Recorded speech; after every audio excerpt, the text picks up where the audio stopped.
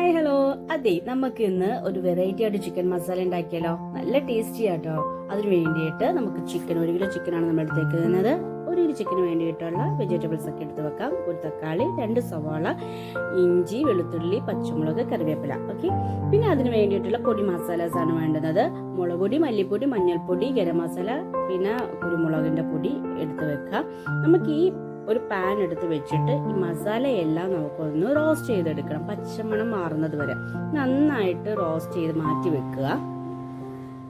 പിന്നെ ഈ സെയിം പാനിൽ തന്നെ നമുക്ക് കുറച്ച് വെളിച്ചെണ്ണ ഒഴിച്ചിട്ട് നമുക്ക് അരിഞ്ഞു വെച്ചിരുന്ന സവാളയില്ലേ, ആ സവാള പിന്നെ കുറച്ച് കറിവേപ്പില നന്നായിട്ട് ഫ്രൈ ചെയ്ത്, നമ്മൾ ബിരിയാണിയൊക്കെ ഫ്രൈ ചെയ്ത് അതുപോലെ ഫ്രൈ ചെയ്ത് മാറ്റി വെക്കും.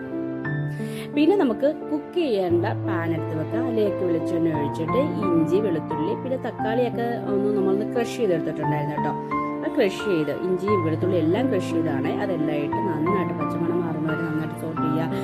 അപ്പോൾ നമുക്ക് നമ്മളുടെ പൊടികളെല്ലാം തന്നെ ഇട്ട് കൊടുക്കാം. നന്നായിട്ടൊന്ന് സോട്ട് ചെയ്ത് വെക്കുക. ആവശ്യത്തിന് ഉപ്പൊക്കെ ഇട്ടിട്ട് നന്നായിട്ട് സെറ്റ് ചെയ്യാം. ഓക്കെ, മസാല അപ്പോഴത്തേക്കിനും റെഡിയായി.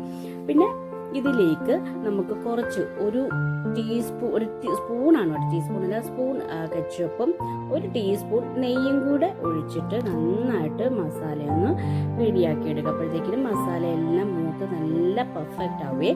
എന്നിട്ട് നമുക്ക് ചിക്കൻ എല്ലാം പറക്കിയിടാം കേട്ടോ.